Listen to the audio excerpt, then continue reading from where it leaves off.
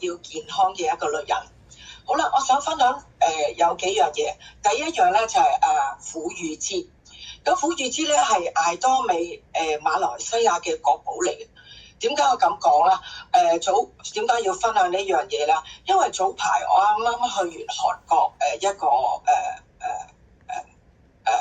trip 啦嚇，咁翻到嚟香港咧，喺屋企咧就連續喺度鼻敏感，好辛苦。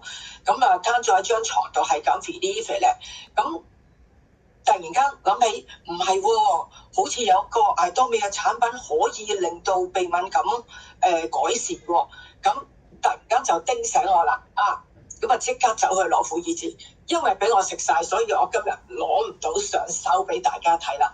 咁我就即時啦攞暖水食咗2條婦孺節，咁咧就繼續休息啦。咁夜晚黑有食2條，我持續咗食2日，早午晚各2條咧，我個鼻敏感係完全改善咗，係冇再有relief 嚟啦。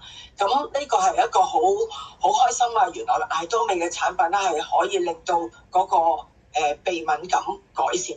咁而同埋呢個婦孺節咧係亦都係針對呼吸系統嘅敏感啦，同埋氣喘啦，同埋成日咳嘅，比較容易啲身體比較弱嘅人士都可以用嘅。咁除咗健康，我重要嘅就係靚啦，係咪？咁所以第2樣嘢分享咧，睇到呢個就係24K 同埋一個精油噴霧，大家見唔見到咧 ？OK， 咁我點樣用咧？呢個咧就其實我每晚咧就會攞咗佢，攞支棒，攞少少塗落個面度。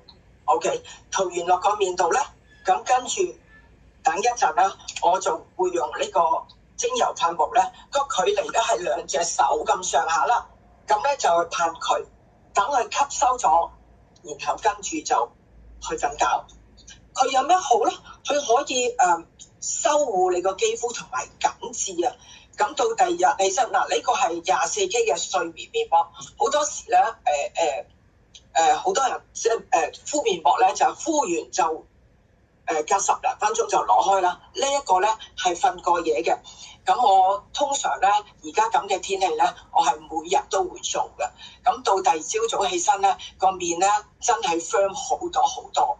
咁除咗我呢個方法之外咧，我仲有一個自己都好有心得嘅，就係我除咗用呢個24K 面膜咧，會用埋呢個師奶面膜，搽完24K，等佢吸收咗啦，搽落去，亦都係過夜。